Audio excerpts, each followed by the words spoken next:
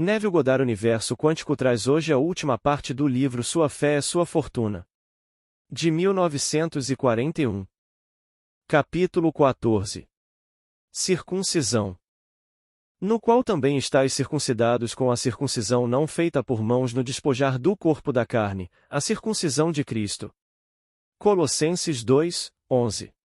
A circuncisão é a operação que remove o véu que esconde a cabeça da criação. O ato físico não tem nada a ver com o ato espiritual. O mundo inteiro poderia ser fisicamente circuncidado e ainda assim permanecer impuro e cego, guiando os cegos. Os espiritualmente circuncidados tiveram o véu das trevas removido e sabem que são Cristo, a luz do mundo. Deixe-me agora realizar a operação espiritual em você, o leitor. Este ato é realizado no 8º dia após o nascimento, não porque este dia tem algum significado especial ou seja diferente de outros dias, mas é realizado neste 8º dia porque 8 é o número que não tem começo nem fim. Além disso, os antigos simbolizavam o 8º numeral ou letra como um invólucro ou véu dentro e atrás do qual estava enterrado o mistério da criação. Assim, o segredo da operação no 8º dia está em consonância com a natureza do ato, que é revelar a cabeça eterna da criação, aquele algo imutável no qual todas as coisas começam e terminam e que ainda assim permanece seu eu eterno quando todas as coisas deixam de existir. Esse algo misterioso é a sua consciência de ser. Neste momento, você tem consciência de ser, mas também tem consciência de ser alguém. Esse alguém é o véu que esconde o ser que você realmente é. Primeiro, você tem consciência de ser, depois tem consciência de ser homem. Depois que o véu do homem é colocado sobre o seu eu sem rosto, você se torna consciente de ser membro de uma determinada raça, nação, família, credo, etc. O véu a ser levantado na circuncisão espiritual é o véu do homem. Mas antes que isso possa ser feito, você deve cortar as amarras de raça, nação, família e assim por diante. Em Cristo não há grego nem judeu, escravo nem livre, homem nem mulher, uma renovação na qual não há distinção entre grego e judeu, circunciso e incircunciso, bárbaro, cita, escravo e livre, mas Cristo é tudo em todos. Colossenses 3, 11. Deixarás pai, mãe e irmão, e seguir-me, se alguém vem a mim, e não aborrece a seu pai, e mãe, e mulher, e filhos, e irmãos, e irmãs, e ainda a sua própria vida, não pode ser meu discípulo. Lucas 14, 26. Para conseguir isso, você para de se identificar com essas divisões, tornando-se indiferente a tais afirmações. A indiferença é a faca que corta. O sentimento é o laço que une. Quando você puder olhar para o homem como uma grande irmandade, sem distinção de raça ou credo, então você saberá que rompeu essas ligações. Com esses laços cortados, tudo o que agora separa você do seu verdadeiro ser é a crença de que você é homem. Para remover esse último véu, você abandona sua concepção de si mesmo como homem, conhecendo-se apenas como ser. Em vez da consciência de eu sou o homem, que haja apenas eu sou, sem rosto, sem forma e sem figura. Você é espiritualmente circuncidado quando a consciência do homem é abandonada e sua percepção incondicionada do ser é revelada a você como a cabeça eterna da criação, uma presença sem forma, sem rosto e onisciente. Então, desvelado e desperto, você declarará e saberá que eu sou é Deus e além de mim, esta consciência, não há Deus. Este mistério é contado simbolicamente na história bíblica de Jesus lavando os pés de seus discípulos. Está registrado que Jesus tirou suas vestes, pegou uma toalha e se cingiu. Então, depois de lavar os pés de seus discípulos, enxugou-os com a toalha com a qual estava cingido. Pedro protestou contra a lavagem de seus pés e foi informado de que, a menos que seus pés fossem lavados, ele não teria parte com Jesus. Ao ouvir isso, Pedro respondeu: Senhor, não somente os meus pés, mas também as minhas mãos e a minha cabeça. Jesus respondeu: Aquele que está lavado não necessita lavar senão os pés, pois no mais está todo limpo. João 13 versículo 1, 10. O senso comum diria ao leitor que um homem não está completamente limpo só porque seus pés foram lavados.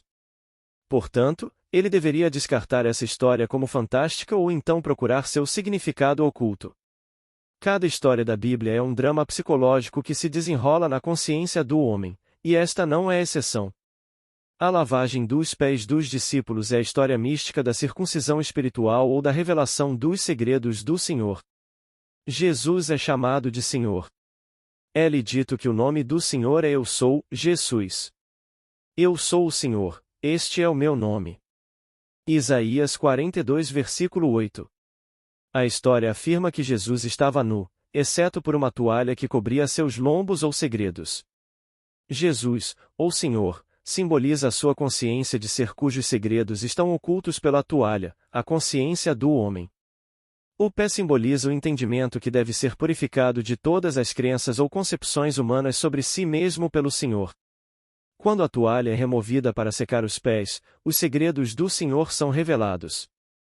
Em suma, a remoção da crença de que você é homem revela sua consciência como a cabeça da criação. O homem é o prepúcio que esconde a cabeça da criação. Eu sou o Senhor oculto pelo véu do homem. Capítulo 15.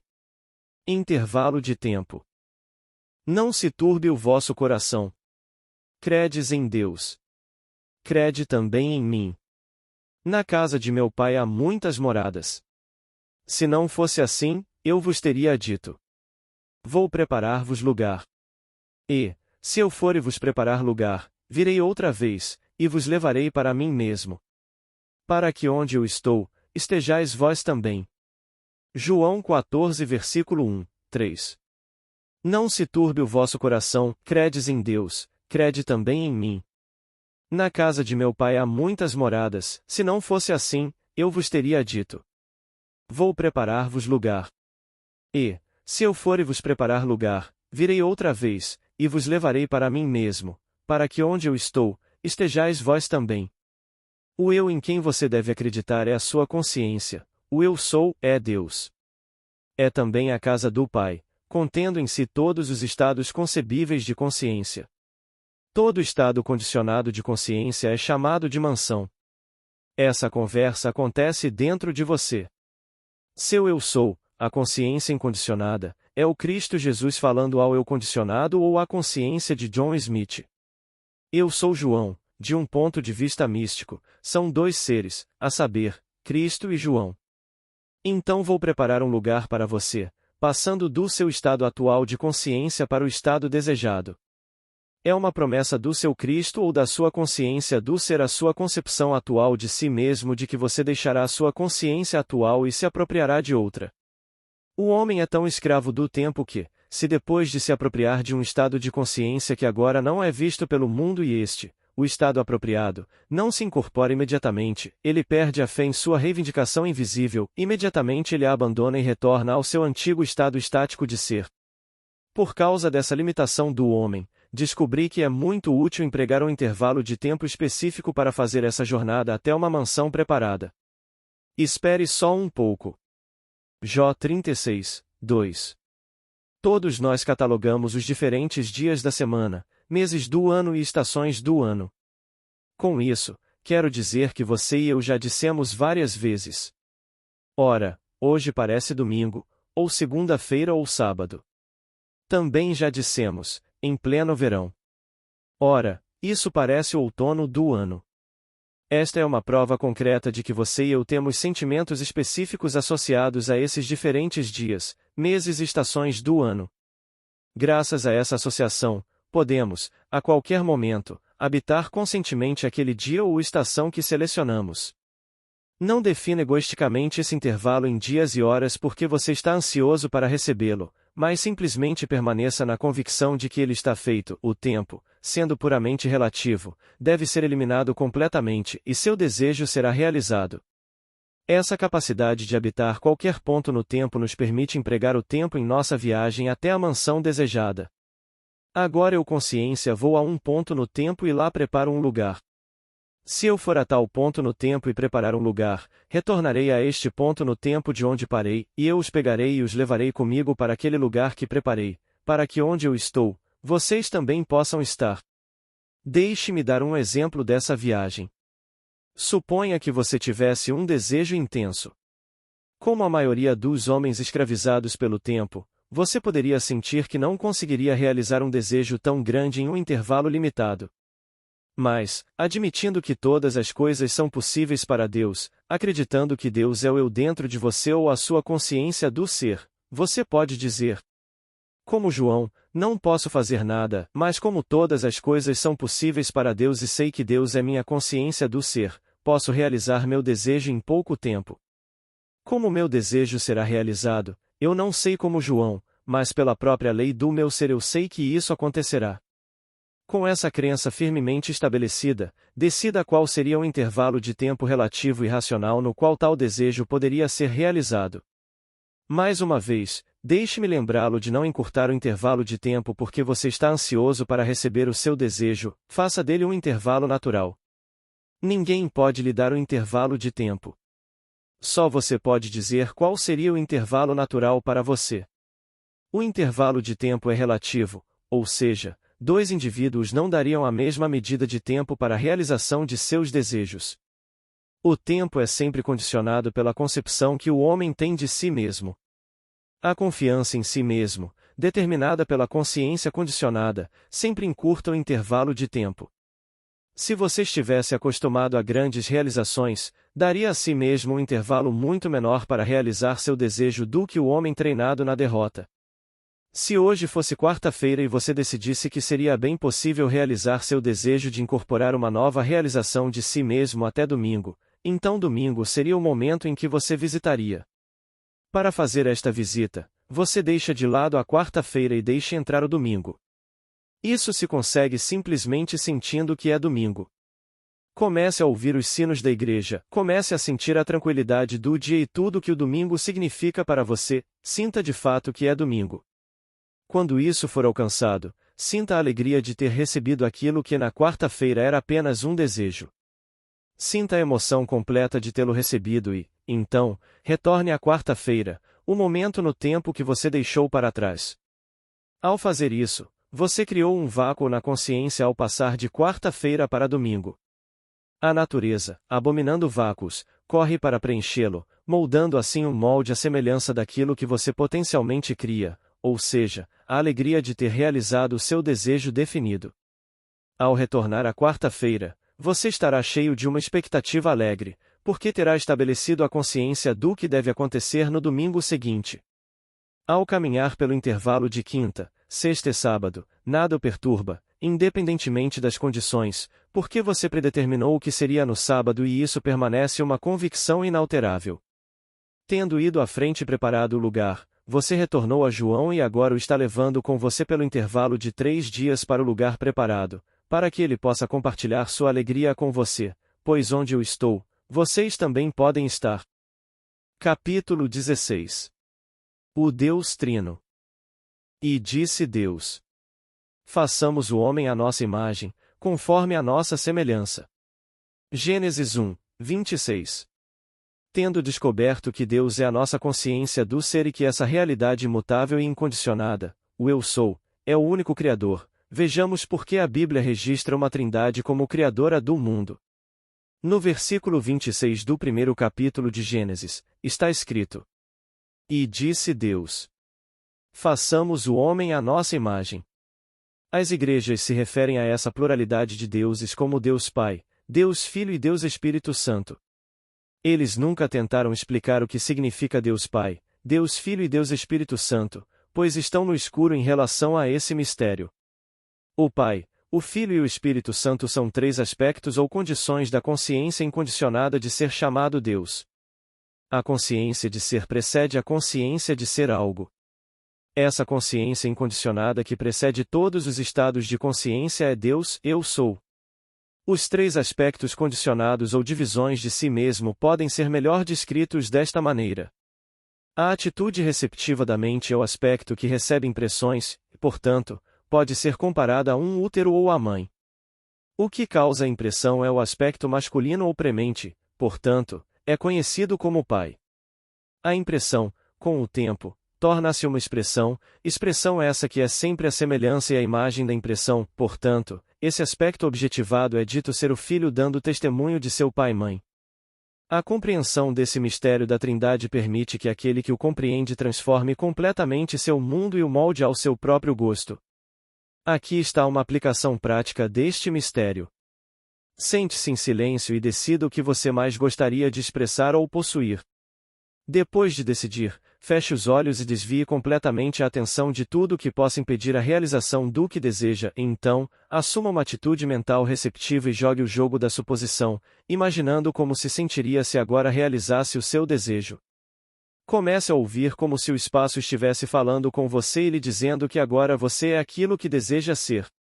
Essa atitude receptiva é o estado de consciência que você deve assumir antes que uma impressão possa ser causada. À medida que esse estado de espírito flexível e impressionante for alcançado, comece a enfatizar em si mesmo o fato de que você é aquilo que desejava ser, afirmando e sentindo que agora está expressando e possuindo aquilo que decidiu ser e ter. Continue nessa atitude até que a impressão seja causada. Ao contemplar, ser e possuir aquilo que você decidiu ser e ter, você notará que a cada inspiração uma emoção alegre percorre todo o seu ser. Essa emoção aumenta em intensidade à medida que você sente cada vez mais a alegria de ser aquilo que você afirma ser. Então, em uma última inspiração profunda, todo o seu ser explodirá com a alegria da realização e você saberá pela sensação de que está impregnado por Deus, o Pai. Assim que a impressão for causada, abra os olhos e retorne ao mundo que você havia excluído alguns momentos antes. Nessa sua atitude receptiva, enquanto você contemplava ser aquilo que desejava ser, você estava na verdade realizando o ato espiritual de geração. Então agora, ao retornar dessa meditação silenciosa, você é um ser grávido dando à luz uma criança ou impressão, criança essa que foi concebida imaculadamente sem a ajuda do homem. A dúvida é a única força capaz de perturbar a semente ou a impressão. Para evitar o aborto de uma criança tão maravilhosa, caminhe em segredo pelo intervalo de tempo necessário para que a impressão se torne uma expressão. Não conte a ninguém sobre o seu romance espiritual. Guarde o seu segredo dentro de você, com alegria, confiante e feliz de que um dia você dará à luz o filho do seu amado, expressando e possuindo a natureza da sua impressão. Então você conhecerá o mistério de Deus disse. Façamos o homem à nossa imagem. Você saberá que a pluralidade de deuses mencionada são os três aspectos da sua própria consciência e que vocês são a Trindade, reunindo-se em um conclave espiritual para moldar um mundo à imagem e semelhança daquilo que vocês têm consciência de ser. Capítulo 17. Oração. Quando orares, entra no teu aposento e, fechando a porta, ora a teu Pai que está em secreto, e teu Pai, que vê em secreto, te recompensará. Mateus 6, 6. Tudo o que pedirdes em oração, crede que recebereis, e tê-lo-eis. Marcos 11, 24. A oração é a experiência mais maravilhosa que o homem pode ter. Ao contrário dos murmúrios diários da grande maioria da humanidade em todas as terras que, por meio de vãs repetições, esperam ganhar a atenção de Deus, a oração é o êxtase de um casamento espiritual que acontece na profunda e silenciosa quietude da consciência. Em seu verdadeiro sentido, a oração é a cerimônia de casamento de Deus. Assim como uma donzela, no dia do seu casamento, renuncia ao nome de sua família para assumir o nome de seu marido, da mesma forma, aquele que ora deve renunciar ao seu nome ou natureza atual e assumir a natureza daquilo pelo qual ora.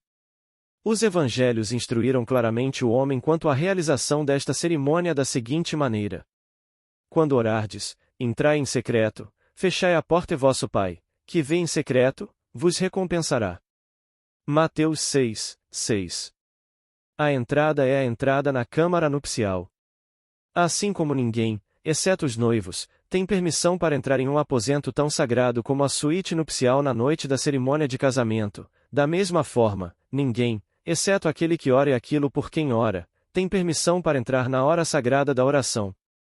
Assim como os noivos, ao entrarem na suíte nupcial, fecham firmemente a porta para o mundo exterior, também aquele que entra na hora sagrada da oração deve fechar a porta dos sentidos e isolar-se completamente do mundo ao seu redor. Isso é conseguido desviando completamente a atenção de todas as coisas além daquela pela qual você agora está apaixonado, a coisa desejada. A segunda fase desta cerimônia espiritual é definida nestas palavras. Quando orardes, crede que recebereis, e recebereis.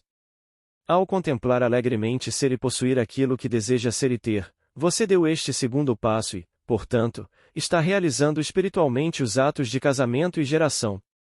Sua atitude mental receptiva enquanto reza ou contempla pode ser comparada à de uma noiva ou ao útero, pois é esse aspecto da mente que recebe as impressões. Aquilo que você contempla ser é o noivo, pois é o nome ou a natureza que você assume e, portanto, é aquilo que deixa sua impregnação, assim, morre-se para a virgindade ou para a natureza presente ao assumir o nome e a natureza da impregnação. Perdido em contemplação e tendo assumido o nome e a natureza da coisa contemplada, todo o seu ser vibra com a alegria de sê-la. Essa vibração, que percorre todo o seu ser à medida que você se apropria da consciência do seu desejo, é a prova de que vocês dois estão casados e fecundados. Ao retornar desta meditação silenciosa, a porta se abre novamente para o mundo que você havia deixado para trás. Mas desta vez você retorna como uma noiva grávida. Você entra no mundo como um ser transformado e, embora ninguém além de você saiba desse maravilhoso romance, o mundo, em muito pouco tempo, verá os sinais de sua gravidez, pois você começará a expressar aquilo que você sentiu que era em sua hora de silêncio. A mãe do mundo ou noiva do Senhor é propositalmente chamada de Maria, ou água, pois a água perde sua identidade ao assumir a natureza daquilo com que é misturada. Da mesma forma, Maria, a atitude receptiva da mente, deve perder sua identidade ao assumir a natureza da coisa desejada. Somente quando alguém está disposto a abrir mão de suas limitações e identidade atuais é que ele pode se tornar aquilo que deseja ser. A oração é a fórmula pela qual tais divórcios e casamentos são realizados. Dois concordarão sobre qualquer coisa, e tudo será estabelecido na terra. Mateus 18, 19. Os dois que concordam são você, a noiva, e a coisa desejada, o noivo. À medida que esse acordo for cumprido, nascerá um filho que testemunhará essa união. Você começará a expressar e possuir aquilo que tem consciência de ser. Orar, então, é reconhecer que você é aquilo que deseja ser, em vez de implorar a Deus por aquilo que você deseja. Milhões de orações não são respondidas diariamente porque o homem ora a um Deus que não existe. Sendo a consciência Deus, é preciso buscar na consciência o que se deseja, assumindo a consciência da qualidade desejada. Somente fazendo isso, suas preces serão atendidas. Estar consciente de ser pobre enquanto se reza por riquezas é ser recompensado com aquilo que você tem consciência de ser, ou seja, pobreza. As orações, para serem bem-sucedidas, devem ser reivindicadas e apropriadas. Assuma a consciência positiva daquilo que deseja. Com o seu desejo definido, entre silenciosamente e feche a porta atrás de si. Perca-se no seu desejo, sinta-se um com ele, permaneça nessa fixação até que tenha absorvido a vida e o nome, reivindicando e sentindo-se como sendo e tendo aquilo que desejava. Quando você sair da hora da oração, você deve fazê-lo consciente de ser e possuir aquilo que você desejou até então. Capítulo 18. Os 12 discípulos. E, chamando os seus 12 discípulos, deu-lhes autoridade sobre os espíritos imundos, para os expulsarem, e para curarem toda a enfermidade e enfermidade. Mateus 10, 1. Os 12 discípulos representam as 12 qualidades da mente que podem ser controladas e disciplinadas pelo homem. Se forem disciplinados, eles sempre obedecerão às ordens daquele que os disciplinou. Essas 12 qualidades no homem são potenciais de toda a mente. Indisciplinados, suas ações assemelham-se mais às de uma multidão do que às de um exército treinado e disciplinado. Todas as tempestades e confusões que engolem o homem podem ser atribuídas diretamente a essas 12 características mal relacionadas da mente humana em seu atual estado de sonolência. Até que estejam despertos e disciplinados, eles permitirão que cada rumor e emoção sensual os mova. Quando estes 12 forem disciplinados e controlados, aquele que realiza este controle lhes dirá: de agora em diante não vos chamo servos, mas amigos. De agora em diante não vos chamo servos, porque o servo não sabe o que faz o seu senhor, mas tenho-vos chamado amigos, porque tudo quanto ouvi de meu Pai vos tenho feito conhecer. João 15, 15. Ele sabe que, daquele momento em diante, cada atributo mental disciplinado e adquirido o ajudará e o protegerá. Os nomes das 12 qualidades revelam suas naturezas. Esses nomes não lhes são dados até que sejam chamados ao discipulado. Eles são: Simão, que mais tarde recebeu o sobrenome de Pedro, André, Tiago, João, Filipe, Bartolomeu, Tomé, Mateus, Tiago, filho de Alfeu, Tadeu, Simão, o cananeu, e Judas, Mateus 10, Marcos 1, Marcos 3, Lucas 6. A primeira qualidade a ser chamada e disciplinada é Simão, ou o atributo da audição. Esta faculdade, quando elevada ao nível de um discípulo, permite que apenas as impressões que sua audição lhe ordenou deixar entrar cheguem à consciência. Não importa o que a sabedoria do homem possa sugerir ou a evidência de seus sentidos transmita, se tais sugestões e ideias não estiverem em consonância com o que ouve, ele permanece impassível. Este foi instruído por seu senhor e levado a compreender que toda sugestão que ele permite passar por seu portal, ao chegar ao seu senhor e mestre, sua consciência, deixará sua impressão ali, impressão essa que, com o tempo, se tornará uma expressão. A instrução a Simão é que ele permita apenas que visitantes ou impressões dignas e honradas entrem na casa, consciência, de seu senhor.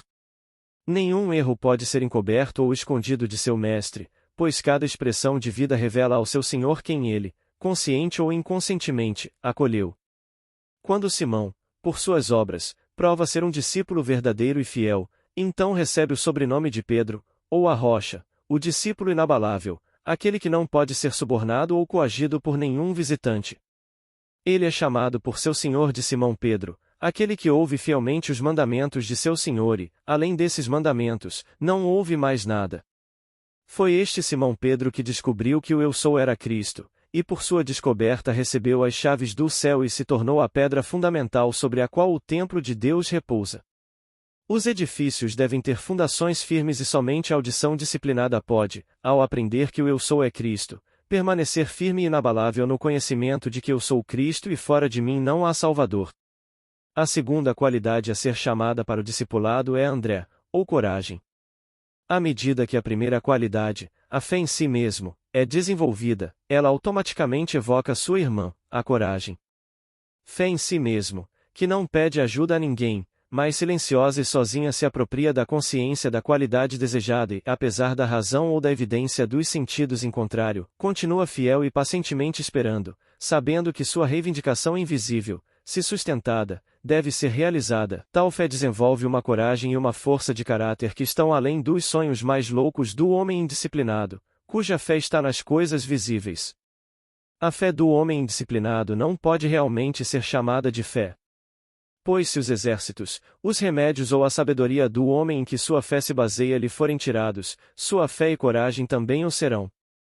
Mas do disciplinado, o mundo inteiro poderia ser tirado e, ainda assim, ele permaneceria fiel, ciente de que o estado de consciência em que se encontra deve, no devido tempo, se concretizar. Essa coragem é o irmão de Pedro, André, o discípulo, que sabe o que é ousar, fazer e calar. Os dois próximos, terceiro e quarto, que são chamados também são parentes. Estes são os irmãos Tiago e João, Tiago, o justo, o juiz reto, e seu irmão João, o amado. A justiça, para ser sábia, deve ser administrada com amor, sempre oferecendo a outra face e sempre retribuindo o mal com o bem, o ódio com o amor, a violência com a não violência. O discípulo Tiago, símbolo de um julgamento disciplinado, deve, ao ser elevado ao alto cargo de juiz supremo, ter os olhos vendados para não ser influenciado pela carne nem julgar segundo as aparências. O julgamento disciplinado é administrado por alguém que não se deixa influenciar pelas aparências. Aquele que chamou esses irmãos ao discipulado continua fiel ao seu mandamento de ouvir somente aquilo que lhe foi ordenado ouvir, ou seja, o bem. O homem que tem essa qualidade de sua mente disciplinada é incapaz de ouvir e aceitar como verdade qualquer coisa, seja de si mesmo ou de outro, que não encha seu coração de amor ao ouvir. Esses dois discípulos ou aspectos da mente são um e inseparáveis quando despertos. Tal disciplina perdoa todos os homens por serem o que são. Ele sabe, como um juiz sábio, que cada homem expressa perfeitamente aquilo que ele, como homem, tem consciência de ser. Ele sabe que toda manifestação repousa sobre o fundamento imutável da consciência e que mudanças de expressão só podem ocorrer por meio de mudanças de consciência. Sem condenação nem crítica, essas qualidades disciplinadas da mente permitem que cada um seja o que é. No entanto, embora permitam essa perfeita liberdade de escolha a todos, elas estão sempre vigilantes para garantir que elas mesmas profetizem e façam, tanto para os outros quanto para si mesmas, apenas coisas que, quando expressas, glorifiquem, dignifiquem e alegrem quem as expressa. A quinta qualidade chamada ao discipulado é Filipe.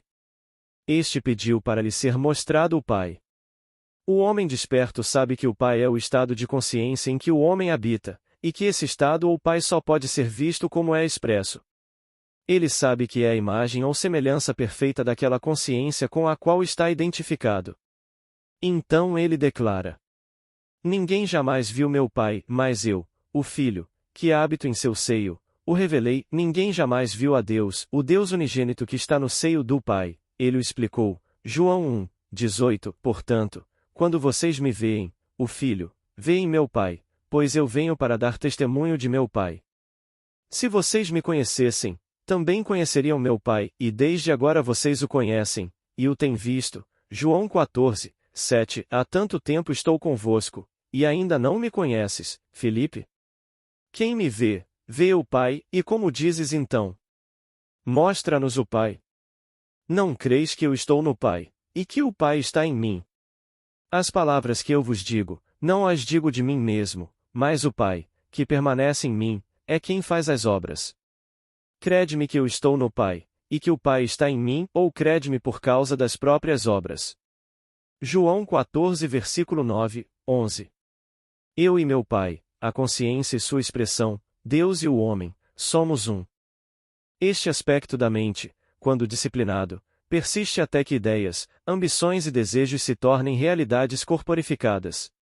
Esta é a qualidade que afirma: Ainda em minha carne verei a Deus. Jó 19, 26. Ele sabe como fazer a palavra carne. João 1h14, como dar forma ao informe. O sexto discípulo é chamado Bartolomeu.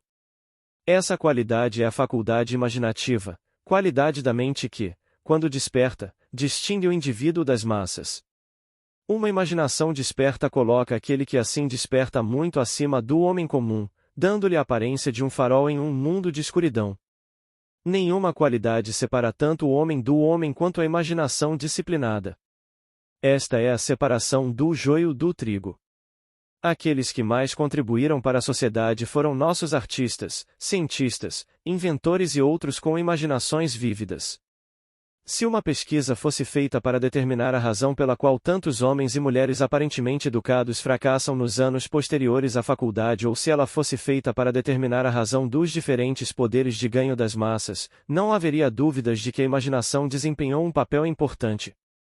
Tal pesquisa mostraria que é a imaginação que faz de alguém um líder, enquanto a falta dela faz de alguém um seguidor. Em vez de desenvolver a imaginação do homem, nosso sistema educacional muitas vezes a sufoca, tentando incutir na mente do homem a sabedoria que ele busca. Obriga-o a memorizar uma série de livros didáticos que, muito cedo, são refutados por livros didáticos posteriores. A educação não se realiza incutindo algo no homem, seu propósito é extrair do homem a sabedoria que nele está latente. Que o leitor convoque Bartolomeu ao discipulado, pois somente quando essa qualidade for elevada ao discipulado você terá a capacidade de conceber ideias que o elevarão além das limitações humanas. O sétimo se chama Thomas. Essa qualidade disciplinada duvida ou nega todo rumor e sugestão que não esteja em harmonia com aquilo que Simão Pedro foi ordenado a deixar entrar. O homem que tem consciência de ser saudável, não por causa de saúde herdada, dietas ou clima, mas porque está desperto e conhece o estado de consciência em que vive, continuará a expressar saúde, apesar das condições do mundo. Ele ouvia, através da imprensa, do rádio e dos sábios do mundo, que uma praga estava varrendo a terra, e ainda assim permanecia impassível e indiferente. Tomé, o cético, quando disciplinado, negava que a doença ou qualquer outra coisa que não estivesse em sintonia com a consciência a qual pertencia tivesse qualquer poder de afetá-lo. Essa qualidade de negação, quando disciplinada, protege o homem de receber impressões que não estejam em harmonia com sua natureza. Ele adota uma atitude de total indiferença a todas as sugestões estranhas àquilo que deseja expressar.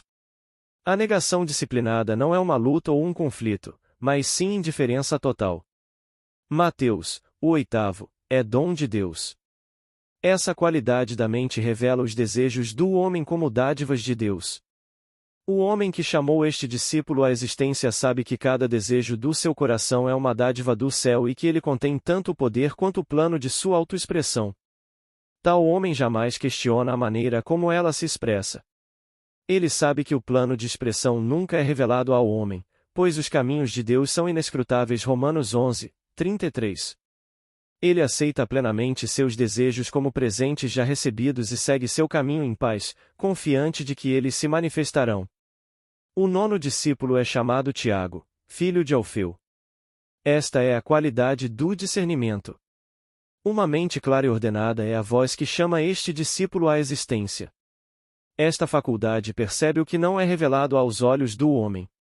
Este discípulo não julga pelas aparências, pois tem a capacidade de atuar no reino das causas, e, portanto, nunca se deixa enganar pelas aparências.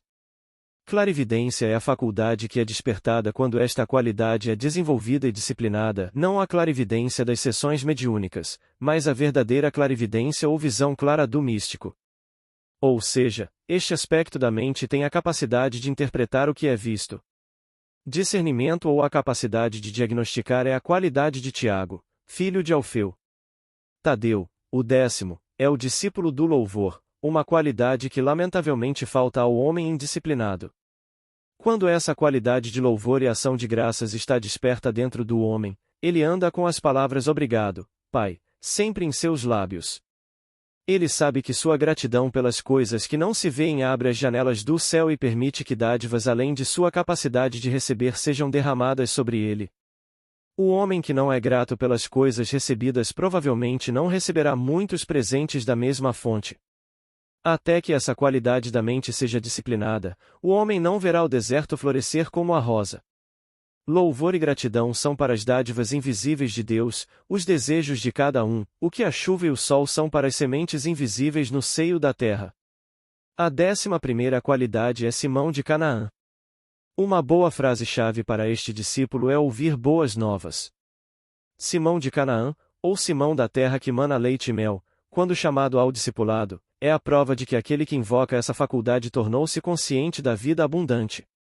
Ele pode dizer com o salmista Davi: Preparas uma mesa perante mim na presença dos meus inimigos, unges a minha cabeça com óleo, o meu cálice transborda. Salmo 23, 5. Este aspecto disciplinado da mente é incapaz de ouvir qualquer coisa além de boas novas, e, portanto, está bem qualificado para pregar o evangelho ou a boa magia. A 12ª e última das qualidades disciplinadas da mente é chamada Judas. Quando essa qualidade está desperta, o homem sabe que precisa morrer para aquilo que é antes de poder se tornar aquilo que deseja ser. Então é dito deste discípulo que ele cometeu suicídio, o que é a maneira do místico dizer ao iniciado que Judas é o aspecto disciplinado do desapego. Este sabe que seu eu sou ou consciência é seu salvador, então ele deixa todos os outros salvadores irem. Essa qualidade, quando disciplinada, dá à pessoa a força para deixar ir. O homem que deu vida a Judas aprendeu a desviar sua atenção dos problemas ou limitações e colocá-la naquilo que é a solução ou o Salvador. Aquele que não nascer de novo não poderá entrar no reino dos céus. Em verdade te digo que aquele que não nascer de novo não pode ver o reino de Deus. João 3, versículo 3. Ninguém tem maior amor do que este, de dar alguém a sua vida pelos seus amigos. Ninguém tem maior amor do que este, de dar alguém a sua vida pelos seus amigos. João 15, 13. Quando o homem percebe que a qualidade desejada, se realizada, o salvaria e o tornaria amigo, ele voluntariamente desiste de sua vida atual concepção de si mesmo, pelo seu amigo, desapegando sua consciência daquilo que ele tem consciência de ser e assumindo a consciência daquilo que ele deseja ser. Judas, aquele a quem o mundo em sua ignorância enegreceu, quando o homem despertar de seu estado indisciplinado, será colocado no alto, pois Deus é amor e não há maior amor que o homem tenha do que este, e dar sua vida por um amigo. Até que o homem abandone aquilo que agora ele tem consciência de ser, ele não se tornará aquilo que deseja ser, e Judas é quem consegue isso por meio do suicídio ou do desapego. Estas são as 12 qualidades que foram dadas ao homem na fundação do mundo. O dever do homem é elevá-los ao nível do discipulado. Quando isso for realizado, o homem dirá: completei a obra que me deste para fazer. Eu te glorifiquei na terra, e agora, ó Pai, glorifica-me junto de ti mesmo, com aquela glória que eu tinha contigo antes que o mundo existisse. João 17 versículo 4, 5. Capítulo 19. Luz líquida. Nele vivemos, nos movemos e existimos. Atos 17 versículo 28. Psiquicamente, este mundo aparece como um oceano de luz contendo dentro de si todas as coisas, incluindo o homem, como corpos pulsantes envoltos em luz líquida. A história bíblica do dilúvio, Gênesis 6, 8, é o estado em que o homem vive. O homem está, na verdade, inundado em um oceano de luz líquida no qual se movem inúmeros seres de luz. A história do dilúvio está realmente sendo encenada hoje. O homem é a arca que contém dentro de si os princípios masculino e feminino de todos os seres vivos. A pomba ou ideia que é enviada em busca de terra firme é a tentativa do homem de incorporar suas ideias. As ideias do homem assemelham-se a pássaros em voo, como a pomba da história, retornando ao homem sem encontrar um lugar para pousar. Se o homem não se deixar desanimar por tais buscas infrutíferas, um dia o pássaro retornará com um ramo verde. Após assumir a consciência daquilo que deseja, ele se convencerá de que é assim, e sentirá e saberá que é aquilo de que se apropriou conscientemente, mesmo que isso ainda não seja confirmado pelos seus sentidos. Um dia, o homem se identificará tanto com sua concepção que saberá que ela é ele mesmo, e declarará: eu sou aquilo que desejo ser, eu sou o que eu sou. Descobrirá que, ao fazê-lo, começará a incorporar seu desejo, a pomba ou o desejo. Desta vez, encontrará terra firme, realizando assim o mistério do Verbo feito carne. Tudo no mundo é uma cristalização dessa luz líquida. Eu sou a luz do mundo. João 8, 12, João 9, 5, João 12, 46. Sua consciência do ser é a luz líquida do mundo, que se cristaliza nas concepções que você tem de si mesmo. Sua consciência incondicionada de ser foi concebida inicialmente em luz líquida, que é a velocidade inicial do universo.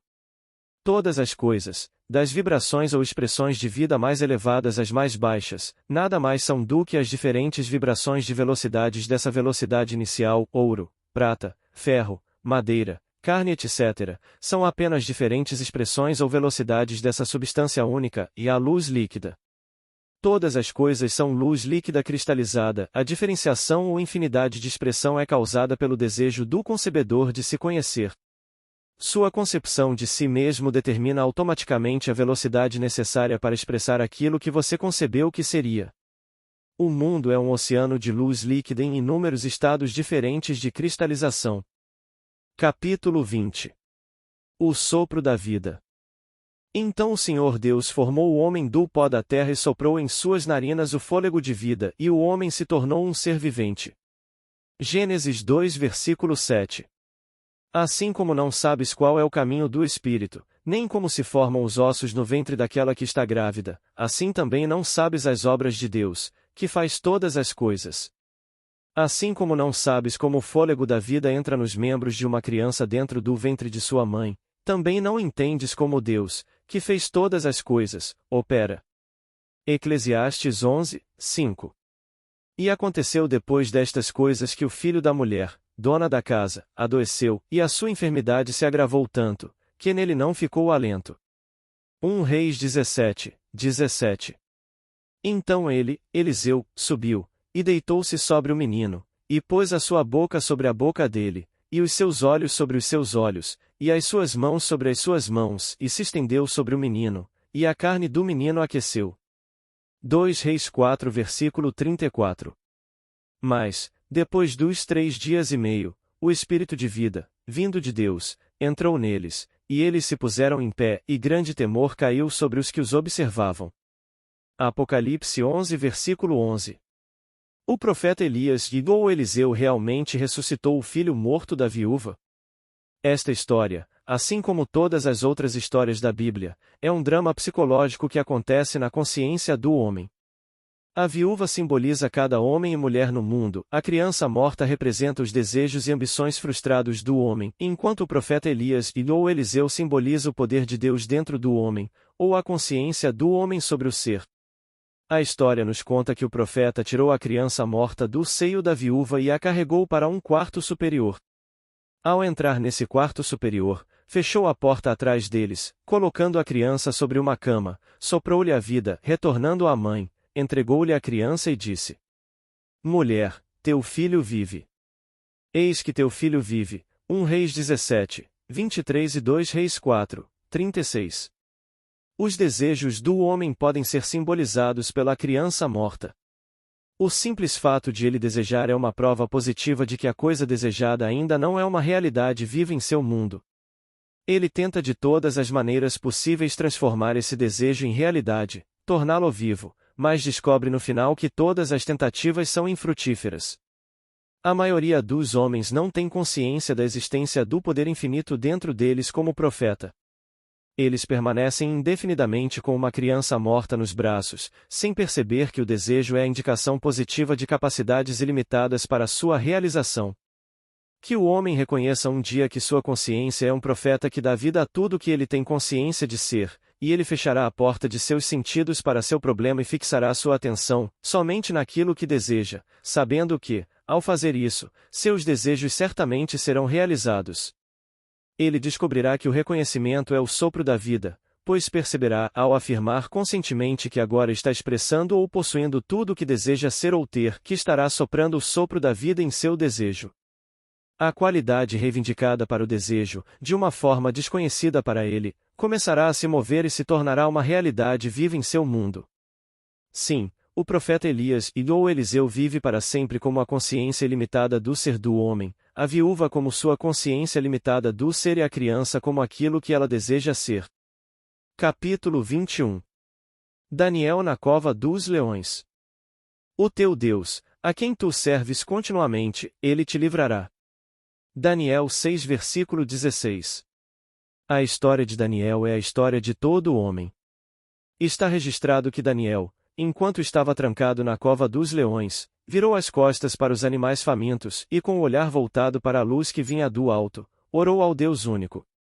Os leões, que estavam propositalmente famintos para o banquete, permaneceram impotentes para ferir o profeta.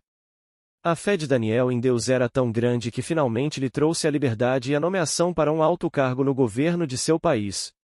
Daniel 6 versículo 13, 28.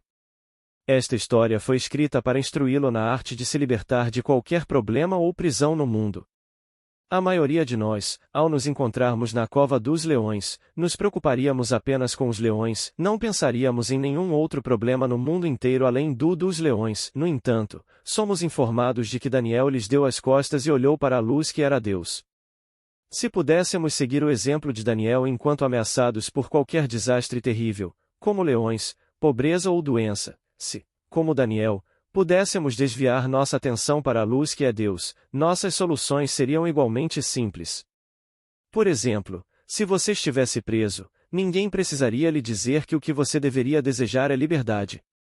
A liberdade, ou melhor, o desejo de ser livre, seria automático. O mesmo aconteceria se você estivesse doente, endividado ou em qualquer outro problema. Os leões representam situações aparentemente insolúveis de natureza ameaçadora. Todo problema produz automaticamente sua solução na forma de um desejo de se libertar do problema. Portanto, vire as costas para o seu problema e concentre sua atenção na solução desejada, sentindo-se já aquilo que você deseja. Continue com essa crença e você verá que o muro da sua prisão desaparecerá quando você começar a expressar aquilo que você se tornou consciente de ser. Vi pessoas, aparentemente endividadas sem esperança, aplicarem esse princípio e, em pouquíssimo tempo, dívidas altíssimas foram quitadas.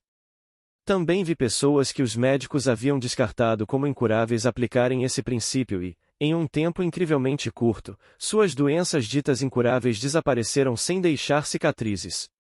Considere seus desejos como as palavras ditas por Deus e cada palavra profética daquilo que você é capaz de ser. Não questione se você é digno ou indigno de realizar esses desejos. Aceite-os conforme eles surgirem. Agradeça por eles como se fossem presentes. Sinta-se feliz e grato por ter recebido presentes tão maravilhosos. Então siga seu caminho em paz. Essa simples aceitação dos seus desejos é como lançar uma semente fértil em um solo sempre preparado. Quando você deposita seu desejo na consciência como uma semente, confiante de que ele surgirá em seu pleno potencial, você terá feito tudo o que se espera de você. Preocupar-se com a maneira como esse desejo se desenvolverá é manter essas sementes férteis sob controle mental e, portanto, impedi-las de realmente amadurecer e colher os frutos. Não fique ansioso ou preocupado com os resultados. Os resultados virão tão certamente quanto o dia segue a noite. Tenha fé neste plantio até que a evidência se manifeste a você de que é assim. Sua confiança neste procedimento renderá grandes recompensas. Você espera apenas um pouco na consciência da coisa desejada e então, de repente, e quando você menos espera, a coisa sentida se torna sua expressão. A vida não faz acepção de pessoas. Atos 10, 34, Romanos 2, 11 não destrói nada, ela continua a manter vivo aquilo que o homem tem consciência de ser. As coisas só desaparecerão quando o homem mudar sua consciência. Negue se quiser, pois ainda é um fato que a consciência é a única realidade e as coisas apenas refletem aquilo que você tem consciência de ser. O estado celestial que você busca será encontrado somente na consciência, pois o reino dos céus está dentro de você. Sua consciência é a única realidade viva, a cabeça eterna da criação. Aquilo que você tem consciência de ser é o corpo temporal que você veste. Desviar sua atenção daquilo que você tem consciência de ser é decapitar esse corpo, mas, assim como uma galinha ou uma cobra continuam a pular e pulsar por um tempo depois que sua cabeça foi removida, da mesma forma qualidades e condições parecem viver por um tempo depois que sua atenção foi tirada delas. O homem, desconhecendo essa lei da consciência, pensa constantemente em suas condições habituais anteriores, estando atento a elas, coloca sobre esses corpos mortos a cabeça eterna da criação, assim, ele os reanima e os ressuscita. Vocês devem deixar esses corpos em paz e deixar que os mortos enterrem os mortos. Mateus 8, 22, Lucas 9, 60. O homem, tendo posto a mão no arado, isto é, depois de assumir a consciência da qualidade desejada, ao olhar para trás, só pode derrotar sua aptidão para o reino dos céus. Lucas 9, 62. Como a vontade do céu é sempre feita na terra, você está hoje no céu que estabeleceu dentro de si mesmo, pois aqui nesta mesma terra o seu céu se revela. O reino dos céus está realmente próximo. Agora é o momento certo. Então, crie um novo céu, entre em um novo estado de consciência e uma nova terra surgirá. Capítulo 22. Pesca. E, tendo partido, entraram num barco, e naquela noite não apanharam nada. João 21 versículo 3. E disse-lhes, lançai a rede para o lado direito do barco, e achareis. Lançaram-na, pois, e já não conseguiam puxá-la, por causa da multidão de peixes. João 21, 6. Conta-se que os discípulos pescaram a noite toda e não pegaram nada. Então Jesus apareceu e ordenou que lançassem as redes novamente, mas, desta vez, do lado direito. Pedro obedeceu à voz de Jesus e lançou as redes mais uma vez nas águas. Um momento antes de a água estar completamente vazia, as redes quase se romperam com a quantidade de peixes capturados. João 21 versículo 3, 6. O homem, pescando através da noite da ignorância humana, tenta realizar seus desejos através de esforço e luta, apenas para descobrir, no final, que sua busca é infrutífera. Quando o homem descobrir que sua consciência de ser é Cristo Jesus, obedecerá à sua voz e a deixará direcionar sua pescaria. Lançará seu anzol no lado certo, aplicará a lei da maneira correta e buscará em consciência o objeto desejado. Encontrando-o ali, saberá que ele se multiplicará no mundo da forma. Quem já teve o prazer de pescar sabe a emoção de sentir o peixe no anzol. A fisgada do peixe é seguida pela brincadeira do peixe. Essa brincadeira, por sua vez, é seguida pela fisgada do peixe. Algo semelhante acontece na consciência do homem enquanto ele pesca as manifestações da vida. Os pescadores sabem que se quiserem pegar peixes grandes, devem pescar em águas profundas. Se quiserem pegar uma grande quantidade de vida, devem deixar para trás as águas rasas com seus muitos recifes e barreiras e se lançar nas águas azuis profundas onde os grandes brincam. Para captar as grandes manifestações da vida, você deve entrar em estados de consciência mais profundos e livres. Somente nessas profundezas vivem as grandes expressões da vida. Aqui está uma fórmula simples para uma pesca bem-sucedida. Primeiro, decida o que você quer expressar ou possuir. Isso é essencial. Você precisa saber o que quer da vida antes de poder pescá-la. Depois de tomar sua decisão, afaste-se do mundo dos sentidos, desvie sua atenção do problema e concentre-se em apenas ser, repetindo calmamente, mas com sentimento. Eu sou. À medida que sua atenção é removida do mundo ao seu redor e colocada no eu sou, de modo que você se perca na sensação de simplesmente ser, você se verá soltando a âncora que o prendia à parte rasa do seu problema e sem esforço você se verá movendo-se para o fundo. A sensação que acompanha esse ato é de expansão. Você se sentirá subindo e se expandindo como se estivesse realmente crescendo. Não tenha medo dessa experiência flutuante e crescente, pois você não morrerá para nada além das suas limitações. Entretanto, suas limitações vão morrer à medida que você se afasta delas, pois elas vivem apenas em sua consciência. Nessa consciência profunda ou expandida, você se sentirá uma força pulsante tão profunda e rítmica quanto o oceano.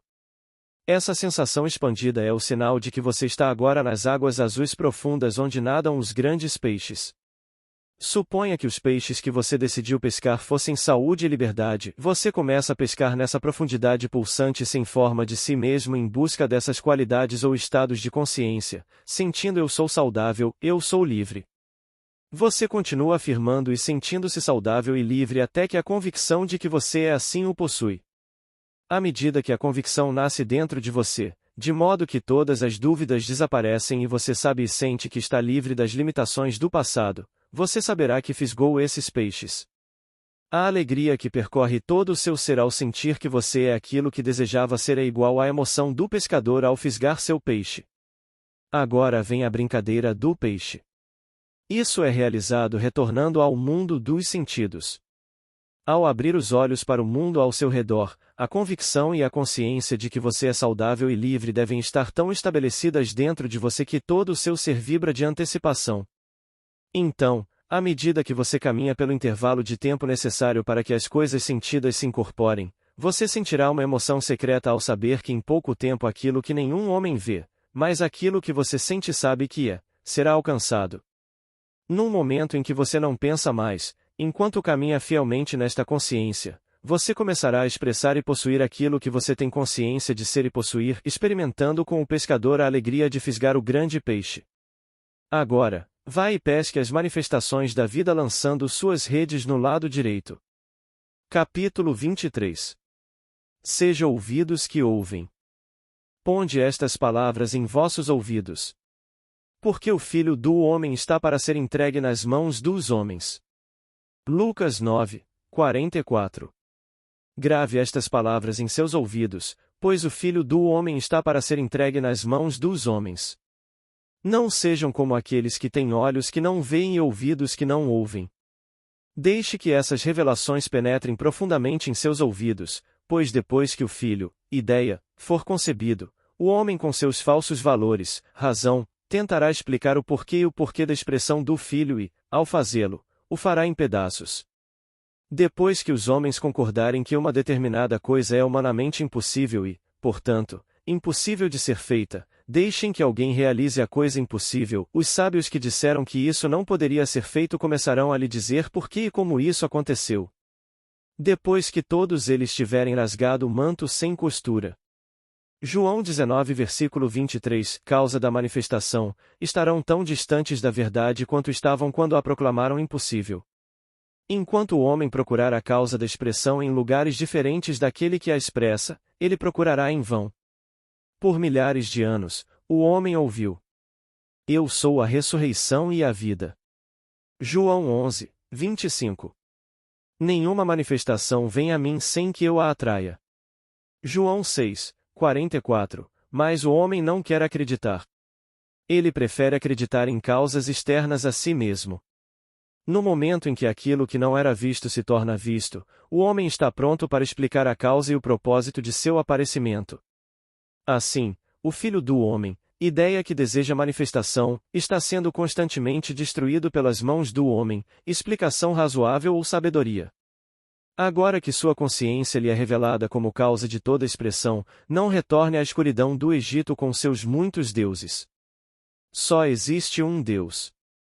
O único Deus é a sua consciência. E todos os moradores da terra são reputados em nada.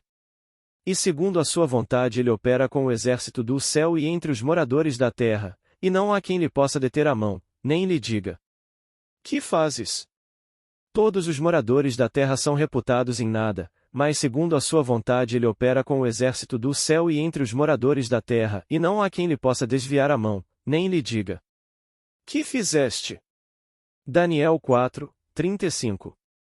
Se o mundo inteiro concordasse que uma certa coisa não poderia ser expressa e, ainda assim, você se tornasse consciente de ser aquilo que eles concordaram que não poderia ser expresso, você o expressaria.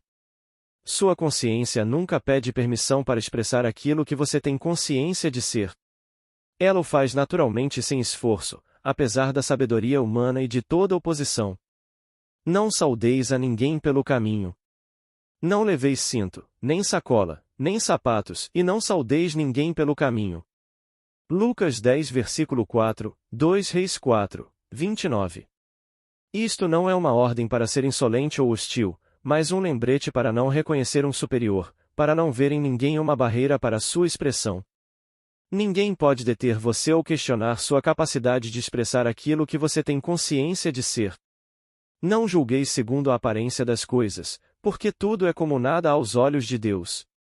Todas as nações são como nada diante dele, são consideradas por ele como menos que nada e sem sentido. Isaías 40, 17.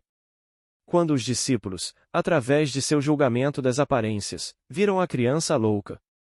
Marcos 9 versículo 17, 29, Lucas 9 versículo 37, 43, eles pensaram que era um problema mais difícil de resolver do que outros que tinham visto e por isso não conseguiram obter uma cura.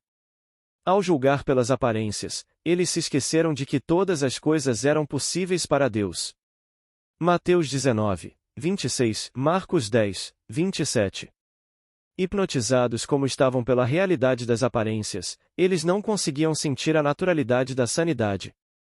A única maneira de evitar tais fracassos é ter constantemente em mente que sua consciência é o Todo-Poderoso, a presença onisciente, sem ajuda. Essa presença desconhecida dentro de você retrata sem esforço aquilo que você tem consciência de ser. Seja perfeitamente indiferente à evidência dos sentidos, para que você possa sentir a naturalidade do seu desejo, e seu desejo será realizado. Afaste-se das aparências e sinta a naturalidade dessa percepção perfeita dentro de si, uma qualidade da qual nunca se deve desconfiar ou duvidar. Sua compreensão jamais o desviará do caminho. Seu desejo é a solução do seu problema. À medida que o desejo se realiza, o problema se dissolve. Você não pode forçar nada para fora com o máximo esforço da vontade. Só há uma maneira de comandar as coisas que deseja e assumindo a consciência das coisas desejadas. Há uma grande diferença entre sentir algo e simplesmente conhecê-lo intelectualmente. Você deve aceitar sem reservas o fato de que, ao sentir algo na consciência, você comandou a realidade que faz com que ele venha a existir em forma concreta. Você deve estar absolutamente convencido de uma conexão ininterrupta entre a realidade invisível e sua manifestação visível. Sua aceitação interior deve se tornar uma convicção intensa e inalterável que transcende tanto a razão quanto o intelecto, renunciando inteiramente a qualquer crença na realidade da externalização, exceto como reflexo de um estado interno de consciência. Quando você realmente compreender e acreditar nessas coisas, terá construído uma certeza tão profunda que nada poderá abalá-lo. Seus desejos são realidades invisíveis que respondem apenas aos mandamentos de Deus. Deus ordena que o invisível apareça, afirmando ser a coisa ordenada. Ele se fez igual a Deus e não achou que fazer as obras de Deus fosse uma usurpação. Filipenses 2 versículo 6. Agora deixe que este ditado penetre profundamente em seus ouvidos. Esteja consciente de ser aquilo que você quer aparecer. Capítulo 24. Clarividência. Tendo olhos, não vedes? E tendo ouvidos, não ouvis? E não vos lembrais? Marcos 8, 18. A verdadeira clarividência não reside na sua capacidade de ver coisas além do alcance da visão humana, mas sim na sua capacidade de entender o que você vê. Qualquer pessoa pode ver uma demonstração financeira, mas pouquíssimos conseguem lê-la. A capacidade de interpretá-la é a marca da clarividência. Que todo objeto, tanto animado quanto inanimado, é envolto em uma luz líquida que se move e pulsa com uma energia muito mais radiante do que os próprios objetos. Ninguém sabe melhor do que o autor, mas ele também sabe que a capacidade de ver tais auras não é igual à capacidade de entender o que se vê no mundo ao redor. Para ilustrar esse ponto, aqui está uma história com a qual o mundo inteiro está familiarizado, mas que somente o verdadeiro místico ou clarividente realmente viu. Sinopse. A história do Conde de Monte Cristo de Dumas, para o místico e verdadeiro clarividente, a biografia de todo homem. Primeiro. Edmond Dantès, um jovem marinheiro, encontra o capitão de seu navio morto. Assumindo o comando do navio em meio a um mar tempestuoso, ele tenta conduzi-lo até um ancoradouro seguro. Comentário. A vida em si é um mar tempestuoso com o qual o homem luta enquanto tenta se orientar para um porto de descanso. Segundo. Sobre Dantès é um documento secreto que deve ser entregue a um homem que ele não conhece, mas que se dará a conhecer ao jovem marinheiro no devido tempo. Este documento é um plano para libertar o imperador Napoleão de sua prisão na ilha de Elba. Comentário. Dentro de cada homem existe o plano secreto que libertará o poderoso imperador dentro dele. Terceiro. Quando Dantès chega ao porto, 3 homens, que por meio de bajulação e elogios conseguiram cair nas boas graças do rei atual, temendo qualquer mudança que pudesse alterar suas posições no governo, prendem o jovem marinheiro e o enviam para as catacumbas. Comentário. O homem, em sua tentativa de encontrar segurança neste mundo, é enganado pelas falsas luzes da ganância, da vaidade e do poder. A maioria dos homens acredita que fama, grande riqueza ou poder político os protegerão contra as tempestades da vida. Por isso, buscam adquiri-los como âncoras para suas vidas, apenas para descobrir que, nessa busca, perdem gradualmente o conhecimento de seu verdadeiro ser.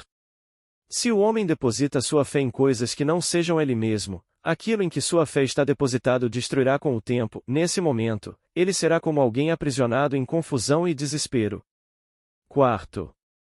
Aqui neste túmulo, Dantès é esquecido e deixado para apodrecer. Muitos anos se passam. Então, um dia, Dantès, que já é um esqueleto vivo, ouve uma batida na parede. Respondendo a essa batida, ele ouve a voz de alguém do outro lado da pedra. Em resposta a essa voz, Dantès remove a pedra e descobre um velho padre que está preso há tanto tempo que ninguém sabe o motivo de sua prisão ou há quanto tempo ele está lá. Comentário. Aqui, atrás desses muros de escuridão mental, o homem permanece no que parece ser uma morte em vida. Após anos de decepção, o homem se afasta desses falsos amigos e descobre dentro de si o antigo ser, sua consciência do ser, que esteve enterrado desde o dia em que ele acreditou pela primeira vez ser homem e se esqueceu de que era Deus. Quinto. O velho sacerdote passou muitos anos escavando para sair daquele túmulo vivo, apenas para descobrir que havia cavado para entrar no túmulo de Dantès. Ele então se resigna ao seu destino e decide encontrar sua alegria e liberdade instruindo Dantès em tudo o que sabe sobre os mistérios da vida e ajudando-o a escapar também. Dantès, a princípio, está impaciente para adquirir todas essas informações, mas o velho sacerdote, com infinita paciência adquirida durante sua longa prisão, mostra a Dantès o quão inadequado ele é para receber esse conhecimento em sua mente presente, despreparada e ansiosa.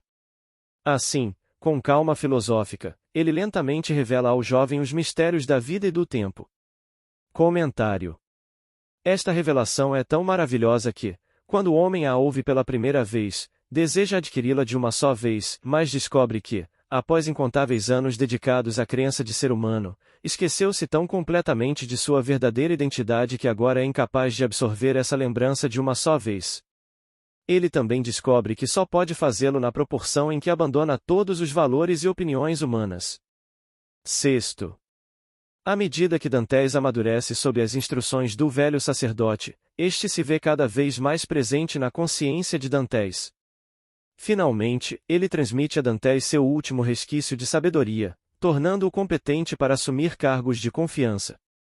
Então, ele lhe conta sobre um tesouro inesgotável enterrado na ilha de Monte Cristo. Comentário. À medida que o homem abandona esses valores humanos tão estimados, ele absorve cada vez mais da luz, o velho sacerdote, até que finalmente se torna a luz e se reconhece como ancião. Eu sou a luz do mundo. Sétimo. Com essa revelação, as paredes da catacumba que os separavam do oceano cederam, esmagando o velho até a morte. Os guardas, descobrindo o acidente, costuraram o corpo do velho padre em um saco e se prepararam para jogá-lo no mar. Ao saírem para buscar uma maca, Dantes removeu o corpo do velho padre e se costurou no saco.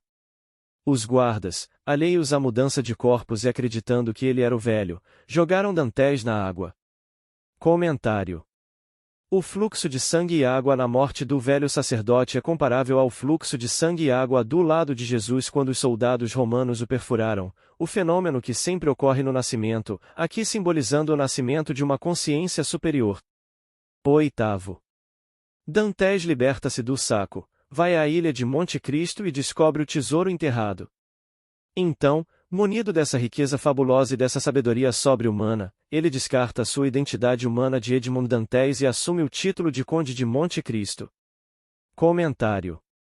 O homem descobre que sua consciência de ser é o tesouro inesgotável do universo. Naquele dia, quando o homem faz essa descoberta, ele morre como homem e desperta como Deus. Sim, Edmond Dantes se torna o Conde de Monte Cristo. O homem se torna Cristo. Capítulo 25. Salmo 23. Eu, o Senhor, sou o meu pastor, nada me faltará. Comentário. Minha consciência é meu Senhor e pastor. Aquilo que eu sou consciente de ser são as ovelhas que me seguem. Tão bom pastor é a minha consciência de ser, que ela nunca perdeu uma ovelha ou coisa que eu sou consciente de ser. Minha consciência é uma voz chamando no deserto da confusão humana, chamando tudo o que eu sou consciente de ser para me seguir. Minhas ovelhas conhecem tão bem a minha voz que nunca deixaram de responder ao meu chamado, nem chegará um momento em que aquilo que estou convencido de que eu sou deixará de me encontrar. Eu sou uma porta aberta para tudo o que eu sou entrar. Minha consciência de ser é Senhor e pastor da minha vida.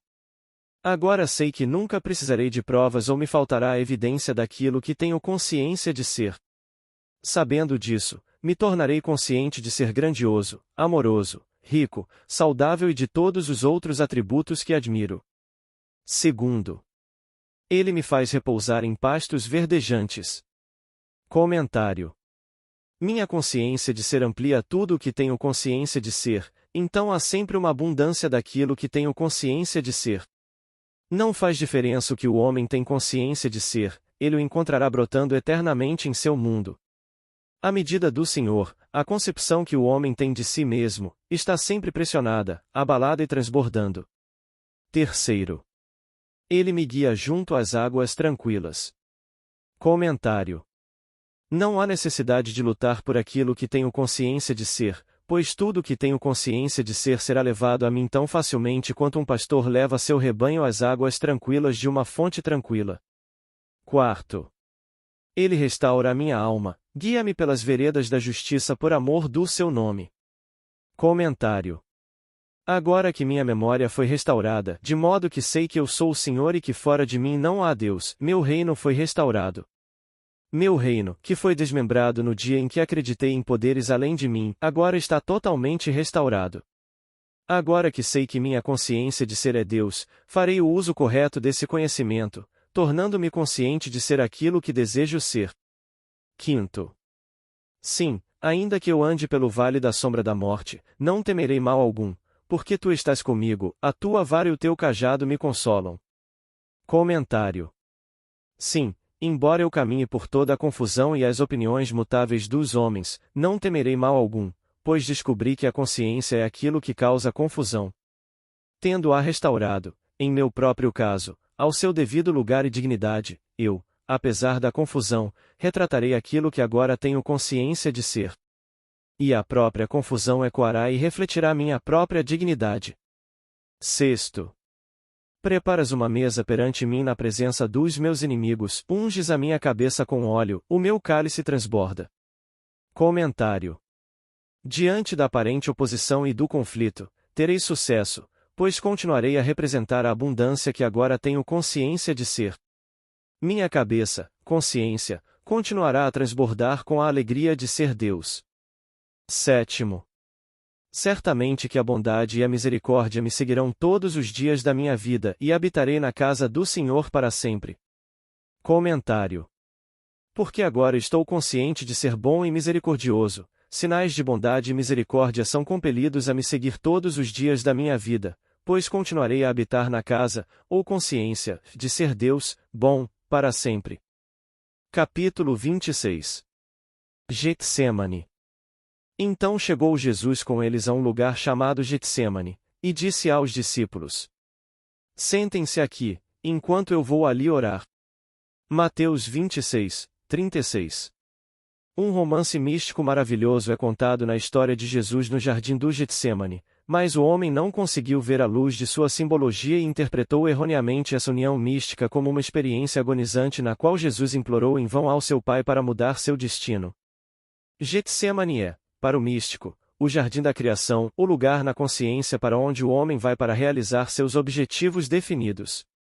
Getsemane é uma palavra composta que significa extrair uma substância oleosa, e gete, extrair, e shemen, uma substância oleosa. A história do Getsemane revela ao místico, em simbologia dramática, o ato da criação. Assim como o homem contém dentro de si uma substância oleosa que, no ato da criação, é pressionada para formar uma semelhança consigo mesmo, ele também tem dentro de si um princípio divino, sua consciência, que se condiciona como um estado de consciência e, sem assistência, pressiona ou objetiva a si mesmo. Um jardim é um pedaço de terra cultivado, um campo especialmente preparado, onde sementes escolhidas pelo jardineiro são plantadas e cultivadas. O Getsemane é um desses jardins, o lugar na consciência para onde o místico vai com seus objetivos devidamente definidos. Adentram-se nesse jardim quando o homem desvia a atenção do mundo ao seu redor e a direciona para seus objetivos.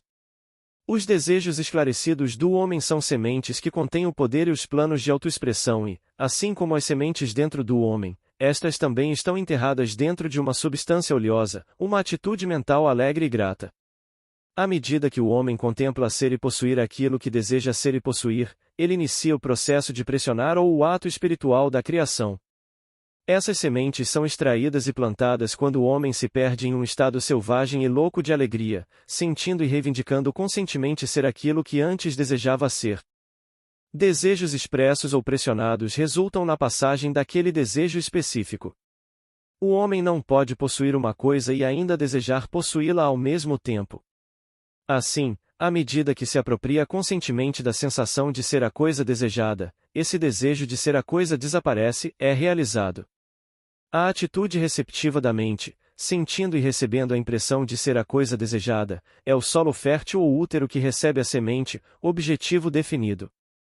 A semente que é extraída de um homem cresce à semelhança do homem de quem foi extraída. Da mesma forma, a semente mística, sua afirmação consciente de que você é aquilo que até então desejava ser, crescerá à semelhança de você, de quem e para quem ela é pressionada. Sim, o Getsemane é o jardim cultivado do romance, onde o homem disciplinado vai para extrair sementes de alegria, desejos definidos, de si mesmo, colocando-as em sua atitude mental receptiva, para cuidar delas e nutri-las, caminhando conscientemente na alegria de ser tudo o que antes desejava ser. Sinta com o grande jardineiro a emoção secreta de saber que coisas e qualidades não vistas agora serão vistas assim que essas impressões conscientes crescerem e amadurecerem. Sua consciência é senhor e marido. Isaías 54, 5. O estado consciente em que você habita é esposa ou amada. Este estado tornado visível é seu filho dando testemunho de você, seu pai e sua mãe, pois seu mundo visível é feito à imagem e semelhança. Gênesis 2, 26. Do estado de consciência em que você vive, seu mundo e a plenitude dele nada mais são do que sua consciência definida objetivada. Sabendo que isso é verdade, procure escolher bem a mãe dos seus filhos, aquele estado consciente em que você vive, sua concepção de si mesmo. O homem sábio escolhe sua esposa com grande discrição. Ele sabe que seus filhos devem herdar as qualidades de seus pais, por isso, dedica muito tempo e cuidado à seleção de sua mãe. O místico sabe que o estado consciente em que vive é a escolha que fez de uma esposa, a mãe de seus filhos, e que esse estado deve, com o tempo, incorporar-se ao seu mundo, portanto, ele é sempre seletivo em sua escolha e sempre se afirma como seu ideal mais elevado. Ele se define conscientemente como aquilo que deseja ser. Quando o homem percebe que o estado consciente em que vive é a escolha que fez de um parceiro, ele se tornará mais cuidadoso com seus estados de ânimo e sentimentos. Não se permitirá reagir a sugestões de medo, carência ou qualquer impressão indesejada. Tais sugestões de carência jamais escapariam à mente disciplinada do místico, pois ele sabe que toda reivindicação consciente deve, com o tempo, ser expressa como uma condição de seu mundo, de seu ambiente. Assim, ele permanece fiel à sua amada, ao seu objetivo definido, definindo, reivindicando e sentindo-se aquilo que deseja expressar. Que o homem se pergunte se seu objetivo definido seria algo de alegria e beleza se fosse realizado. Se sua resposta for afirmativa, então ele pode saber que sua escolha de noiva é uma princesa de Israel, uma filha de Judá, pois todo objetivo definido que expressa alegria quando realizado é uma filha de Judá, o rei do louvor. Jesus levou consigo para sua hora de oração seus discípulos, ou atributos disciplinados da mente, e ordenou que vigiassem enquanto ele orava, para que nenhum pensamento ou crença que negasse a realização de seu desejo pudesse entrar em sua consciência. Siga o exemplo de Jesus, que, com seus desejos claramente definidos, entrou no jardim do Getsemane, o estado de alegria, acompanhado por seus discípulos, sua mente disciplinada, para se perder em uma alegria selvagem de realização. A fixação de sua atenção em seu objetivo foi sua ordem à sua mente disciplinada para que vigiasse e permanecesse fiel a essa fixação. Contemplando a alegria que lhe seria ao realizar seu desejo, ele iniciou o ato espiritual da geração, o ato de pressionar a semente mística, seu desejo definido. Nessa fixação, ele permaneceu, afirmando e sentindo-se ser aquilo que ele, antes de entrar no Getsemane, desejava ser, até que todo o seu ser, consciência, fosse banhado por um suor oleoso, alegria, semelhante ao sangue, vida, em suma, até que toda a sua consciência fosse permeada pela alegria viva e constante de ser seu objetivo definido. À medida que essa fixação é realizada, de modo que o místico sabe, por seu sentimento de alegria, que passou de seu antigo estado de consciência para sua consciência atual, a Páscoa ou crucificação é alcançada. Essa crucificação ou fixação da nova reivindicação consciente é seguida pelo Sabbat, um período de descanso. Há sempre um intervalo de tempo entre a impressão e sua expressão, entre a reivindicação consciente e sua materialização. Esse intervalo é chamado de Sabbat, o período de descanso ou não esforço, o dia do sepultamento. Caminhar sem se mover na consciência de ser ou possuir um certo estado é guardar o sábado. A história da crucificação expressa lindamente essa quietude ou repouso místico. Somos informados de que, depois de Jesus clamar, "Está consumado", João 19, 30.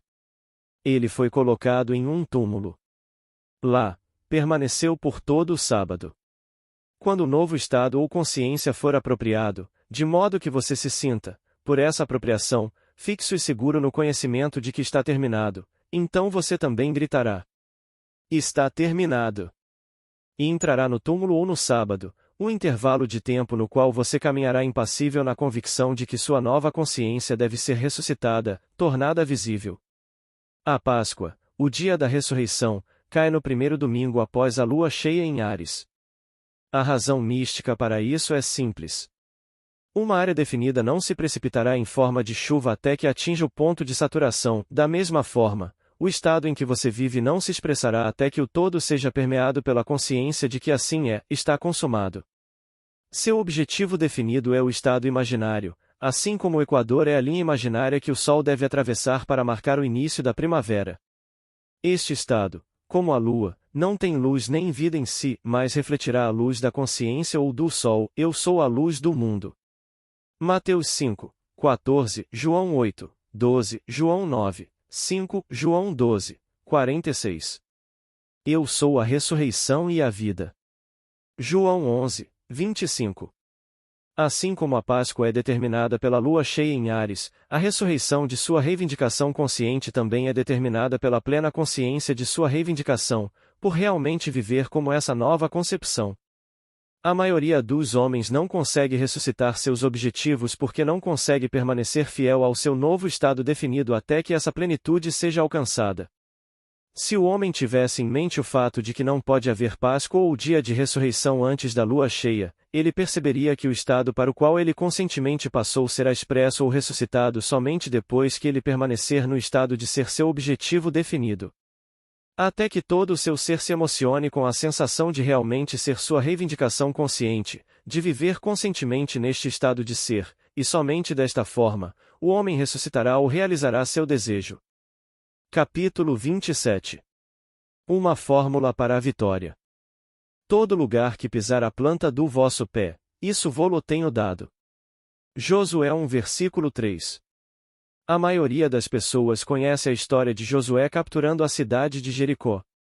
O que eles não sabem é que essa história é a fórmula perfeita para a vitória, sob quaisquer circunstâncias e contra todas as probabilidades. Está registrado que Josué estava armado apenas com o conhecimento de que todo lugar que a planta do seu pé pisasse lhe seria dado, que ele desejava capturar ou pisar na cidade de Jericó, mas descobriu que os muros que o separavam da cidade eram intransitáveis. Parecia fisicamente impossível para Josué atravessar aqueles muros imponentes e se firmar sobre a cidade de Jericó. No entanto, ele era movido pela certeza da promessa de que, independentemente das barreiras e obstáculos que o separavam de seus desejos, se ele conseguisse se firmar sobre a cidade, ela lhe seria concedida.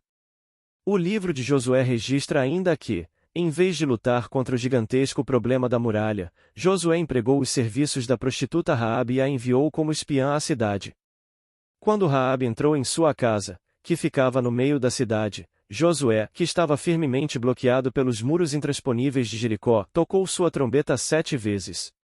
Ao 7º toque, as muralhas ruíram e Josué entrou na cidade vitorioso. Para os não iniciados, essa história não faz sentido. Para quem o vê como um drama psicológico, e não como um registro histórico, ele é muito revelador. Se seguíssemos o exemplo de Josué, nossa vitória seria igualmente simples.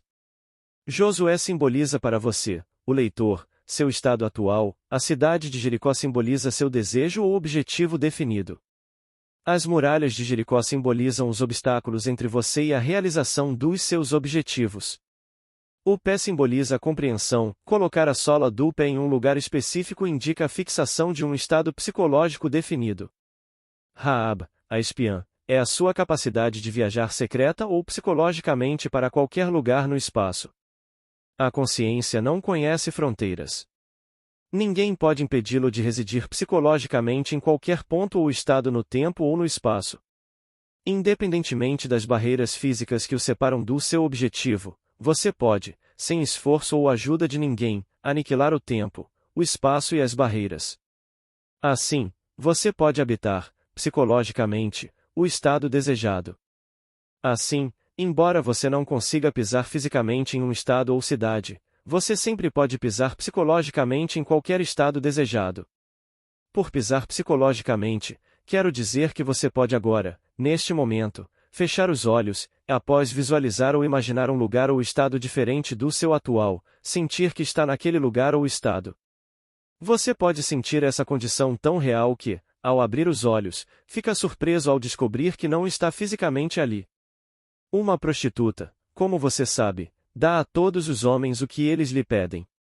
Raabe, a prostituta, simboliza sua capacidade infinita de assumir psicologicamente qualquer estado desejável sem questionar se você é física ou moralmente apto para isso. Hoje, Você pode capturar a cidade moderna de Jericó, o seu objetivo definido se você reencenar psicologicamente esta história de Josué, mas para capturar a cidade e realizar seus desejos, você deve seguir cuidadosamente a fórmula da vitória conforme estabelecida neste livro de Josué. Esta é a aplicação desta fórmula vitoriosa como um místico moderno a revela hoje. Primeiro, defina seu objetivo, não a maneira de obtê-lo, mas seu objetivo. Puro e simples, saiba exatamente o que você deseja para que você tenha uma imagem mental clara disso. Segundo, tire sua atenção dos obstáculos que separam você do seu objetivo e concentre seu pensamento no objetivo em si. Terceiro, feche os olhos e sinta que você já está na cidade ou estado que deseja capturar. Permaneça nesse estado psicológico até obter uma reação consciente de completa satisfação com essa vitória. Então, simplesmente abrindo os olhos, retorne ao seu estado consciente anterior. Essa jornada secreta para o estado desejado, com sua subsequente reação psicológica de completa satisfação, é tudo o que é necessário para alcançar a vitória total. Este estado psíquico vitorioso se encarnará apesar de toda oposição. Ele tem o plano e o poder da autoexpressão.